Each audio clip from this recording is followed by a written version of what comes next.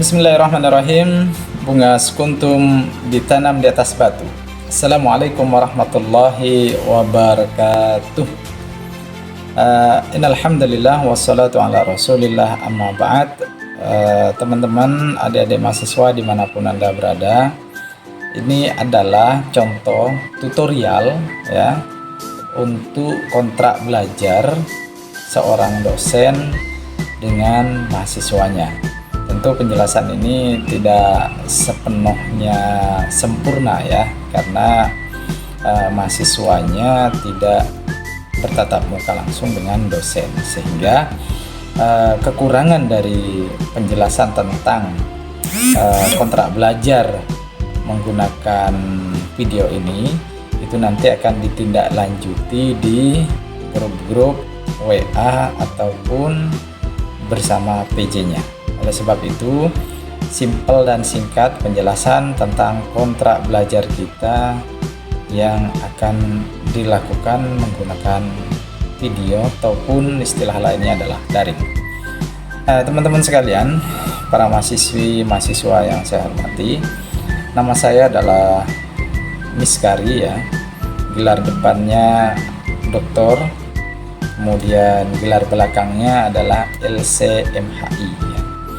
Saya SD-nya itu kebetulan di Desa Madusari, sangat terpencil jauh, Kuburaya, atau dulunya adalah Banga ya.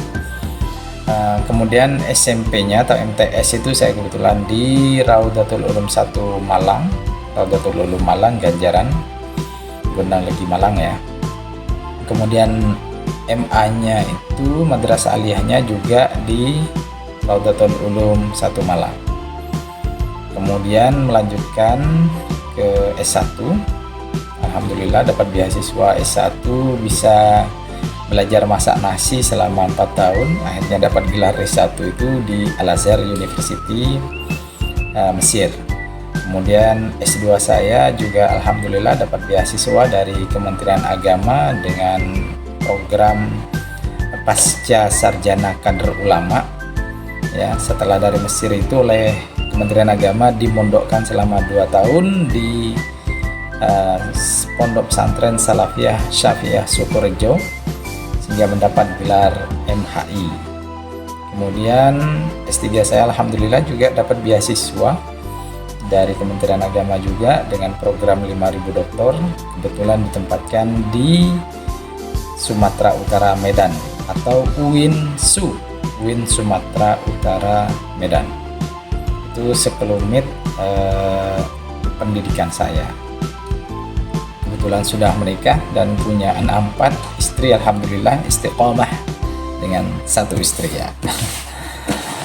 Jadi teman-teman sekalian, itu tentang sedikit penjelasan tentang saya, kemudian asalnya dari mana, pendidikan juga sudah ya.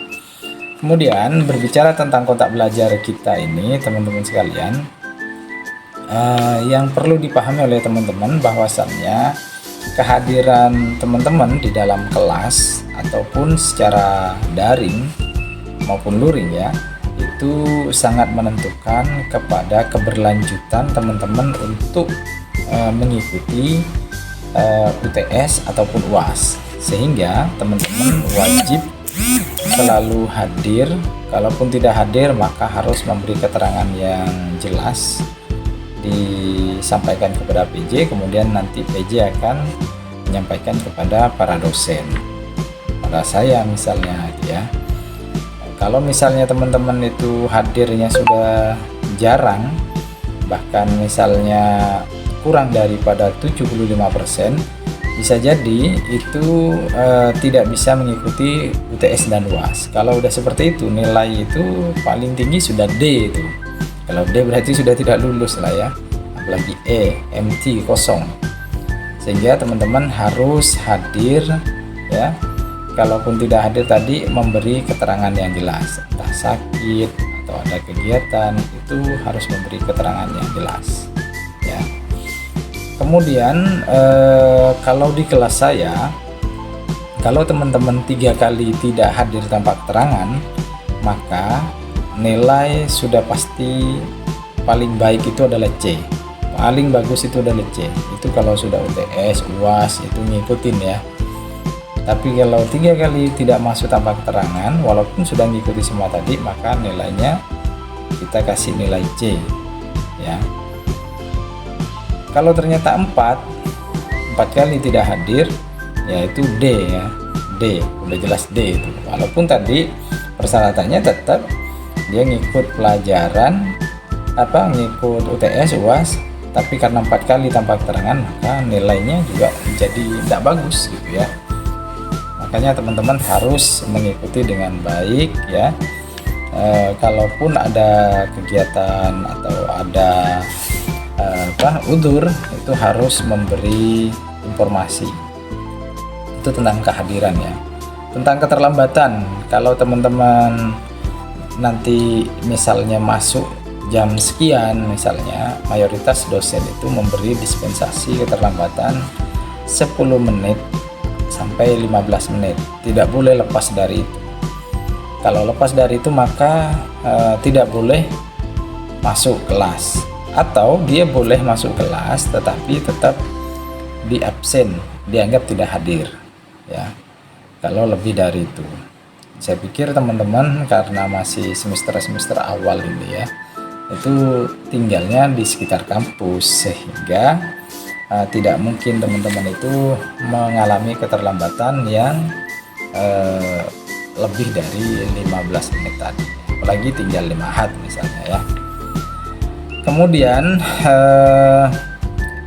di dalam kelas teman-teman tidak boleh menggunakan HP kecuali yang dibaca itu adalah materi yang dikirim oleh kawannya, atau sambil mencari referensi, itu tidak masalah kalau di kelas saya ya.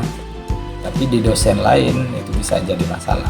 Tapi kalau di kelas saya, teman-teman buka HP asal jangan buka TikTok, apalagi sambil live TikTok, live Facebook, atau main WA. Itu kalau ketemu nanti saya ambil HP-nya, dijual jadi rosokan HP-nya. Tidak dijual, tetapi tidak boleh. Dan itu mengurangi kepada nilai kalian dalam berdiskusi. Tapi kalau teman-teman membaca referensi, membaca makalah, kemudian sambil buka ChatGPT untuk mencari materi yang berkaitan dengan diskusi pada saat itu, maka itu boleh saja seperti itu.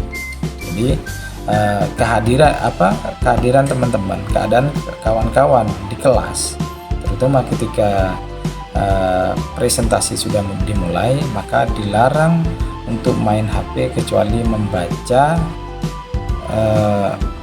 materi. Karena kalau orang membaca itu kan sudah kelihatan tangannya tidak main gitu. Kalau tangannya main terus, itu berarti balas chat itu tidak boleh ya. Ingat ya, itu di kelas saya. Bisa jadi di kelas dosen lain itu tidak boleh sama sekali menggunakan HP. Ya, itu aktivitas di dalam kelas. Kemudian teman-teman, kalau di kelas saya teman-teman boleh diskusi seperti apapun itu ya. Misalnya mengkritik saya, kemudian membantah apa yang saya sampaikan, tidak masalah. Justru itu buat saya nilai baik, nilai bagus ya. Karena bisa jadi teman-teman lebih banyak bacaannya, atau buku yang teman-teman baca berbeda dengan buku yang saya baca, dan itu bagus buat saya. Kalau teman-teman mengkritik saya, justru nilainya paling bagus itu ya. Selalu mengkritik saya, nanti saya kan akan belajar. Kenapa? Karena kekurangan ilmu saya, keterbatasan ilmu saya itu diketahui oleh teman-teman. Sehingga buat saya di kelas saya yang paling aktif diskusi, tapi dengan sopan ya, dengan ilmu, dialah yang akan mendapat nilai paling tinggi ya. Saya justru tidak menceklis misalnya, wah ini anak ini terlalu suka bantah dosennya, ini tidak bagus, tidak. Kalau di kelas saya ya, ingat itu di kelas saya. Kalau di kelas saya, selama anak itu selalu berdiskusi, kemudian dia menggunakan referensi yang jelas, maka saya akan memberikan nilai yang maksimal bagus. Itu kegiatan kita di kelas ya. Kemudian teman-teman sekalian, tentang materi kita itu pertemuan kita itu 16 kali pertemuan. 16 kali pertemuan itu 3 kalinya tidak menjelaskan tentang materi. Pertemuan pertama itu adalah kontrak belajar, pembagian tugas, pembagian kelompok, kemudian pembagian materi. Itu pertemuan pertama. Maka dari 16 kali tadi itu dipotong satu tidak menjelaskan materi, yaitu pertemuan pertama. Kemudian pertemuan ke-8 nanti itu adalah penjelasan tentang UTS ya, bukan penjelasan tetapi UTS, ujian tengah semester. Kemudian pertemuan ke-16 itu adalah UAS, ujian akhir semester. Sehingga materi yang akan disampaikan di kelas, kita diskusikan, kita presentasikan itu hanya 13 kali pertemuan ya. Maka nanti akan kita bagi menjadi 13 kelompok juga supaya adil dan merata ya. Tidak merasa salah satunya terzalimi karena tidak mendapatkan presentasi seperti itu. Sehingga materi yang akan kita bahas di dalam kelas itu nanti jumlahnya semuanya adalah 13 materi, yaitu pertemuan kedua, pertemuan ketiga, keempat, kelima, keenam, ketujuh ya. Kemudian yang ke-8 tadi adalah UTS. Kemudian dilanjutkan nanti pertemuan 9, 10, 11, 12, 13, 14, 15. Nah, itu pertemuan-pertemuan yang akan membahas tentang materi kita ya. Kemudian teman-teman juga diwajibkan untuk membuat makalah ya. Tolong makalahnya nanti itu dibuat minimal itu adalah 15 halaman ya. 15 halaman itu spasinya itu adalah 1,5. Kemudian fontnya itu adalah Times New Roman ya. Fontnya itu adalah Times New Roman.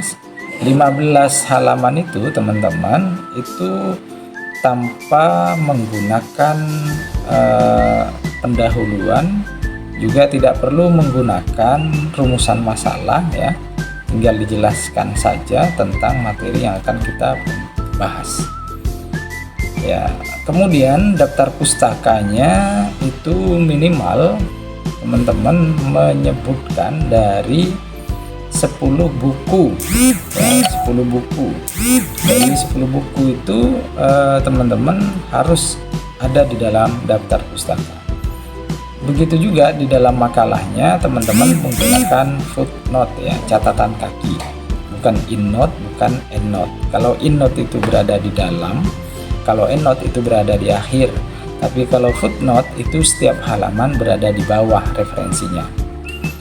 Oleh sebab itu maka makalahnya teman-teman nanti harus menggunakan footnote seperti yang saya sampaikan tadi. Kalau ternyata nanti setelah dicek itu makalahnya tidak sesuai dengan itu, maka saya suruh perbaiki ya. Atau makalahnya salah dalam penulisannya, tentu diperbaiki. Apalagi penggunaannya tadi, spasinya ternyata menggunakan 2 spasi, ternyata tulisannya di bold semuanya, itu juga salah ya. Maka teman-teman apalagi sudah semester 2, 3, nah itu seharusnya sudah tahu bagaimana cara penulisan makalah yang baik dan benar. Kemudian selain kewajiban teman-teman membuat makalah, kewajiban selanjutnya adalah membuat PowerPoint ya. PowerPoint itu dibuat dari materi yang ada di makalah itu tentunya ya, jangan dari materi yang lain. Dari materi yang sudah ditulis oleh teman-teman itu dibuat PowerPoint. Makalah dan PowerPoint itu dikirim 1 hari sebelum pelaksanaan perkuliahan. Misalnya besok kita akan melaksanakan perkuliahan, maka makalah dan PowerPoint itu harus sudah siap dikirim ke grup WA kelas kita itu hari ini ya, supaya teman-teman itu bisa membaca malam harinya dan bisa diskusinya lancar esoknya ya, karena teman-teman sudah mulai membaca itu tentang materi kita, tentang pembuatan materi kita ya. Ingat ya, yang paling bagus berdiskusi, paling aktif di kelas, dialah mahasiswa yang paling tinggi nilainya nanti. Itu di kelas saya ya, ingat itu di kelas saya. Jadi jangan sampai teman-teman kemudian mendebat dosennya tetapi tidak ada kesepakatan dengan dosen, karena bisa jadi dosen justru tidak mau didebati seperti itu. Tapi kalau buat saya, karena materi kita adalah materi yang teori ya, yang berbicara tentang sebuah analogi dan analisis, maka boleh saja buat saya itu didebati ya. Itu teman-teman sekalian ya, untuk penjelasan tentang materi. Adapun nanti kalau misalnya ada yang kurang puas, kurang jelas, itu bisa dilanjutkan, ditanyakan di grup. Sekedar motivasi buat teman-teman sekalian, bahwasannya teman-teman setiap kuliah itu jangan sampai teman-teman tidak memiliki buku catatan. Walaupun teman-teman secerdas apapun, itu tetap harus memiliki buku catatan. Setiap apa yang disampaikan oleh dosen itu biasanya adalah sebuah ilmu yang didapat dari para ahli, sehingga teman-teman kalau bisa mencatat apa yang disampaikan oleh dosen itu teman-teman seperti sudah membaca buku-buku yang ditulis oleh para ahli tadi. Mohon maaf, saya ingin bercerita, saya dari S1, S2, S3 itu punya buku catatan masing-masing. S1 catatannya ada, S2 ada, S3 ada. Ya, walaupun sebenarnya kita sudah sering mendengar, sudah membaca bukunya, tetapi kita memiliki catatan tersendiri, ada kenangan tersendiri seperti itu. Sehingga kalau suatu saat ketika kita lupa, itu kita bisa cek, oh saya dulu pernah nulis di buku ini, kata bapak ini begini. Walaupun misalnya kita sudah mengecek sendiri atau membaca sendiri di buku aslinya, tapi tidak ada salahnya untuk mencatat gitu ya, karena ada hikmah tersendiri teman-teman sekalian ya. Kemudian ketika kalian kuliah ini, semasa kalian kuliah ini, jangan sampai lupa untuk banyak-banyak membaca ya, terutama buku-buku yang berkaitan dengan jurusan kalian ya. Jangan pernah malas membaca ya. Banyak-banyak beli buku, tiap bulan dikirim oleh orang tua minimal beli 3 buku ya. Supaya apa? Supaya kalian itu ada ghiroh, semangat untuk membaca. Yakinlah bahwasannya suatu saat kalian itu akan juga menjadi penulis buku ya.